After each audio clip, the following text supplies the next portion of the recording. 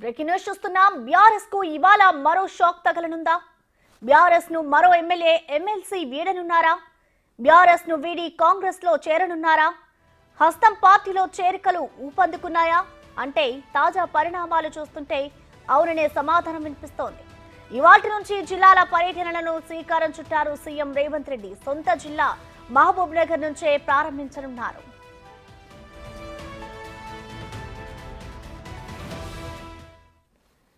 రేవంత్ రెడ్డి పర్యటనలో పలువురు నేతలు కాంగ్రెస్ లో చేరే అవకాశం ఉంది. ఎమ్మెల్సీ చల్లా వెంకట్రామరెడ్డి, అలంపూర్ ఎమ్మెల్యే విజయుడు హస్తం గూటికి చేరతారంటూ ప్రచారం జరుగుతోంది. ఆ ప్రచారానికి బలం చేకూరుస్తూ నిన్న సీఎం రేవంత్ రెడ్డిని బీఆర్ఎస్ ఎమ్మెల్సీ చల్లా కలవడం ప్రాధాన్యం సంతరించుకుంది. రేవంత్ రెడ్డి జిల్లా పర్యటనలోనే వీరు కాంగ్రెస్ లో చేరతారని తెలుస్తోంది. ఇక ఇప్పటికే బీఆర్ఎస్ ఎమ్మెల్యేలు ఎమ్మెల్సీలు ఆ పార్టీని వీడి కాంగ్రెస్ లో చేరుతున్నారు. పర్యటనలో భాగంగా పలు అభివృద్ధి పనులకు శంకుస్థాపనలు చేరున్నారు సీఎం రేవంత్ రెడ్డి.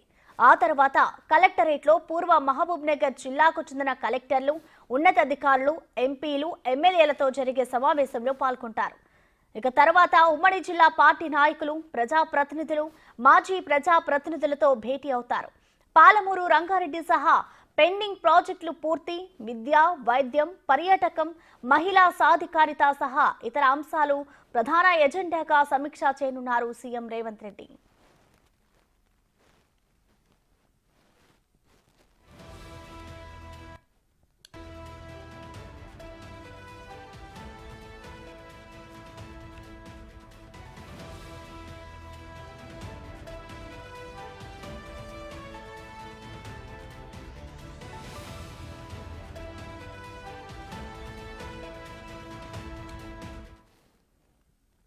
దీనికి సంబంధించిన కంప్లీట్ డీటెయిల్స్ మా ప్రతినిధి శంకర్ లైవ్ ద్వారా అందిస్తారు. శంకర్, చెప్పండి, సీఎం రేవంత్ రెడ్డి జిల్లాల పర్యటనకు సంబంధించిన డీటెయిల్స్ ఏ విధంగా ఉన్నాయి? అలాగే ఈ పర్యటనలో భాగంగా ఇటు బీఆర్ఎస్ నుంచి కూడా కొంతమంది నేతలు కాంగ్రెస్ లో చేరే అవకాశం ఉంది అంటూ కూడా మనకి వార్తలు అందుతున్నాయి.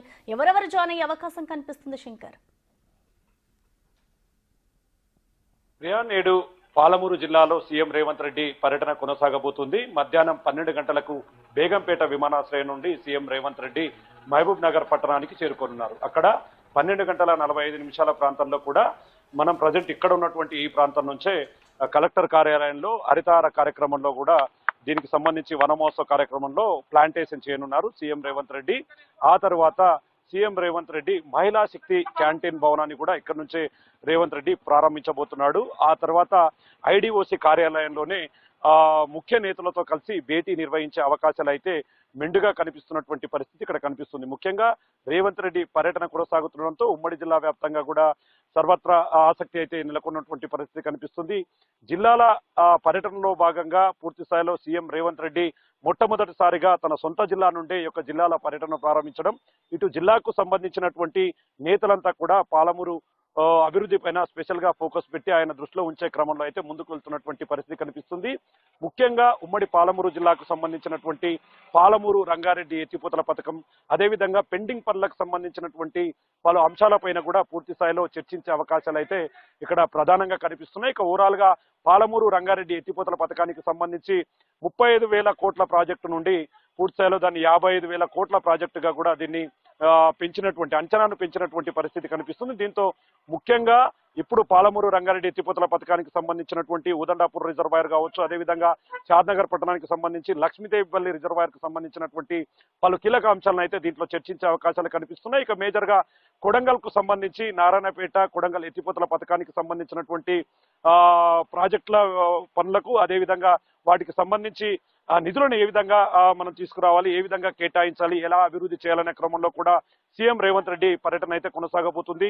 సీఎం రేవంత్ రెడ్డి పర్యటనకైతే పూర్తి స్థాయిలో జిల్లా కలెక్టర్లు అయితే మొత్తంగా 5 జిల్లాల కలెక్టర్లు కావచ్చు, ఎస్పీలు వీళ్ళంతా కూడా పూర్తి స్థాయిలో నిన్నటి నుంచే కూడా కార్యాచరణను రూపొందించారు. ముఖ్యంగా ఉమ్మడి పాలమూరు జిల్లాకు సంబంధించినటువంటి 12 మంది ఎమ్మెల్యేలు పూర్తి స్థాయిలో ఇక్కడికి రానున్నారు. ఈ క్రమంలో సీఎం రేవంత్ రెడ్డితో కలిసి నేరుగా అక్కడ ఐడిఓసి కార్యాలయం మన ఇక్కడ కనిపిస్తున్న కార్యాలయంలోనే పూర్తి స్థాయిలో ముఖాముఖి కావచ్చు, వాళ్ళతో చర్చలు పూర్తిగా మాట్లాడే అవకాశాలు మెండుగా కనిపిస్తున్నాయి. ఇక విద్యా వైద్యానికి సంబంధించి మహబూబ్ నగర్ పట్టణ ప్రాంతంలో ఉన్నటువంటి పట్టణ ప్రాంతంలో ఏర్పాటు చేస్తున్నటువంటి పూర్తి స్థాయి మల్టీ స్పెషాలిటీ హాస్పిటల్కి సంబంధించినటువంటి వివిధ అంశాలపైన కూడా ఆయన కూలంకుషంగా అధికారులతో చర్చిస్తున్నాడు. ఇక ముఖ్యంగా ఉమ్మడి పాలమూరు జిల్లాకు సంబంధించి 12 ఎమ్మెల్యేలు ఇప్పటికే కాంగ్రెస్ ఖాతాలో ఉన్నారు. తాజాగా గద్వాల ఎమ్మెల్యేగా ఉన్నటువంటి కృష్ణమోహన్ రెడ్డి కూడా బీఆర్ఎస్ పార్టీని విడి కాంగ్రెస్ తీర్థం పుచ్చుకున్నటువంటి పరిస్థితి అయితే కనిపిస్తుంది. ఇక తాజాగా మిగిలిన ఉన్నటువంటి అలంపూర్ నియోజకవర్గానికి సంబంధించినటువంటి ఎమ్మెల్యే